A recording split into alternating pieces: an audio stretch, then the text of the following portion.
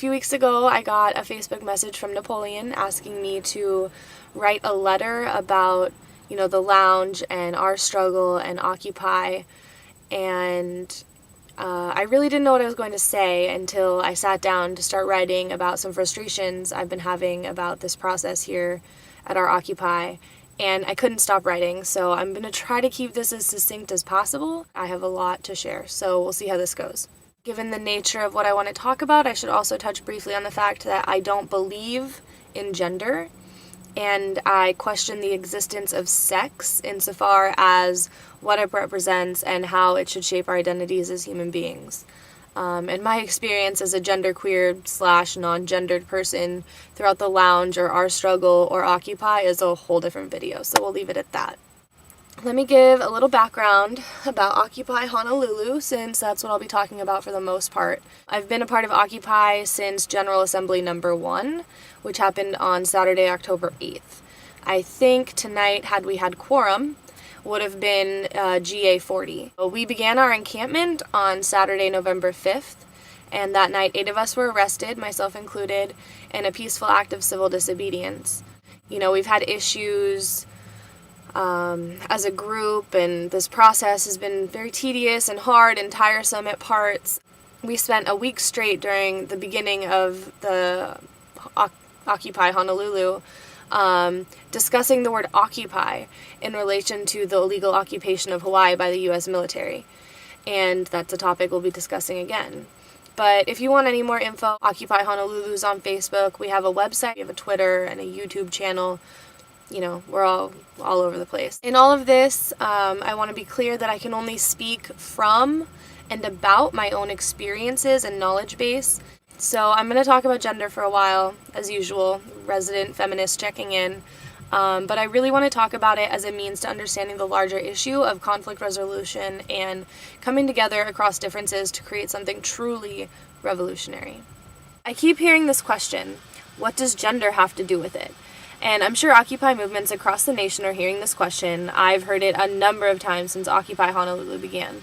And lately we've been having a lot of gender-related and other safe space issues at camp. So last night, Tuesday, we had a learn-in on creating a safe space. We gathered in a circle and each person had a few interrupted minutes to explain what they would need at camp to feel safe. And every woman-identified woman and queer person had a lot to say about the lack of gender consciousness. People saying they felt like they were being treated as women instead of as people, feeling uncomfortable with pervasive heteronormativity and cis privilege and that sort of thing. So if you don't really know what I mean when I say those things, start asking around, start asking questions and seeking out answers. So after we had this very long, emotionally exhaustive discussion last night, we were immediately faced with situations reflecting sexism and male privilege. And I personally feel as though it actually was worse last night after the safe space discussion, but to be fair, my sensitivity to the issues may have been heightened as my tolerance for such patriarchal bullshit was running very thin. And I feel as though being given the space to air my grievances uninterrupted, and without questions of, well, are you sure, or I didn't mean it that way, or any other sort of excuses, and because I heard my own concerns being repeated and validated by others in the group. When we were being confronted with these issues after the meeting, myself and my home felt more empowered to confront these issues as they came at us. So often I find myself allowing sexist or heteronormative and cis privilege statements to go unchecked around me because I just don't want to deal with it. It's so exhausting. We felt empowered, and we stood up to the issues in a very peaceful and respectful way as they happened last night. And even though we kept felt like beating a dead horse, I'm not sure what we said was heard. It even took us saying that we had received our degrees in women's studies and know what the fuck we're talking about, for the men in question to stop questioning us and asking us to bear the burden of proof that sexism is real, essentially. So I don't think we were heard. And last night I felt particularly defeated. At the end of the night, like 1:30 in the morning, when I had the 6 to 8 a.m. shift security watch this morning, I went to bed and all I could do was cry. I felt depleted and frustrated and silenced and belittled and just mad as hell. and all I could do was cry. I just felt such an overwhelming sadness. Today, I've been doing a lot of reflecting, and I realized that in the thick of these issues, when emotions are running really high, it's hard to understand why. If this movement is about people reclaiming power, why are we, as individuals engaged in this movement, hesitant to step back, to check ourselves, to check our privilege and our power, and allow our brothers and sisters to feel empowered and support their truths and their realities instead of silencing them? It's essential to understand how the core issues of the Occupy Wall Street movement, like economic injustice, disproportionately affect marginalized people. At that moment last night, and throughout camp, throughout Occupy, throughout my work in movement building, in the face of unapologetic sexism and patriarchy, I'm faced with a really harsh truth. If we can't change these oppressive norms in our own communities, in the Occupy movement, then this will not be a true revolution. It will be the transference of power from one privileged group to another, or rather, it'll be the maintenance of the current status quo being ran by a different group of people who, for the most part, have the same systemic privileges as those currently in power. So the question, what does gender have to do with it? Or what is race or ability or any other ism or social issue? That question, in and of itself, is an issue. It's a framework, it's a state of mind that needs to be unpacked and deconstructed and fully fleshed out and recognized for the inherently hegemonic and oppressive place it comes from. It implies, to me, in my mind, some sort of assumed neutrality, which doesn't exist. Neutral spaces are, in fact, spaces wherein the standardized, white, heterosexual, patriarchal framework is intact. And that perspective only seems neutral or normal because marginalized voices in all their intersections have never been given the space, although Paulo Freire says that power cannot be given but only taken back.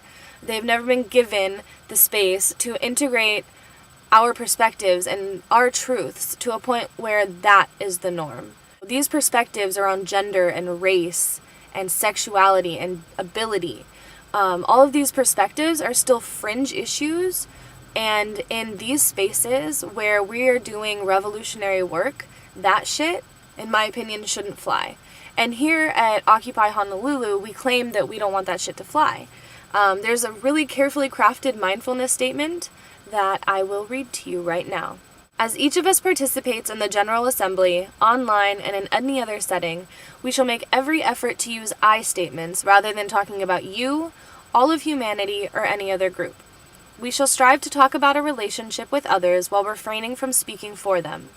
We recognize that the gross inequality in wealth depends upon colonization, displacement, and marginalization on the basis of race, sexual orientation, class, gender, and gender identity, nationality, age, and ability.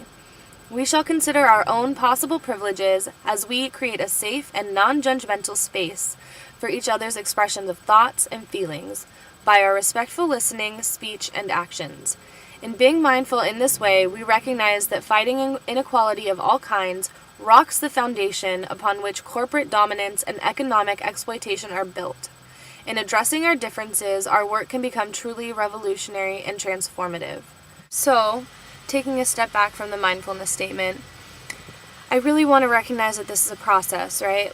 I don't expect people to change overnight because we're all products of the oppressive system. And I don't expect us to get it right all the time either, especially when what we're trying to do, from the GA process or practicing critical consciousness in general, is new for many of us in varying degrees. And we absolutely have to make room to make mistakes and to let others make mistakes and have it be more of a growing and learning process. But anyways, back to what I was describing. This morning, after some rest, so a few of us were reflecting on how to deal with these issues that we were experiencing last night and how to effectively deal with them from now on. So obviously we need more learn-ins and space for all of us to work on decolonizing our minds and our ways of being and destructing what we think of or take as normal, especially in terms of interpersonal communication and social hierarchy, so we can begin to truly be in solidarity with one another instead of silencing and reinforcing the system we say we're against. But we also need a way to address these things in the moment as they're happening. Because I, for one, am done suffering in silence and dealing with it on my own or with other women in the group as a woman's issue or whatever issue. But as a camp, we need to address it as a whole, as a collective, because these aren't just fringe issues. These are things that affect every single one of us. Whether you're allowing it to happen or perpetuating it yourself, it's affecting the entire group. So for now, a few of us decided we will address them as they happen by telling the individual or individuals what the issue is and how it affects us. So if there's gaslighting, excuses, or silencing, we'll do a mic check.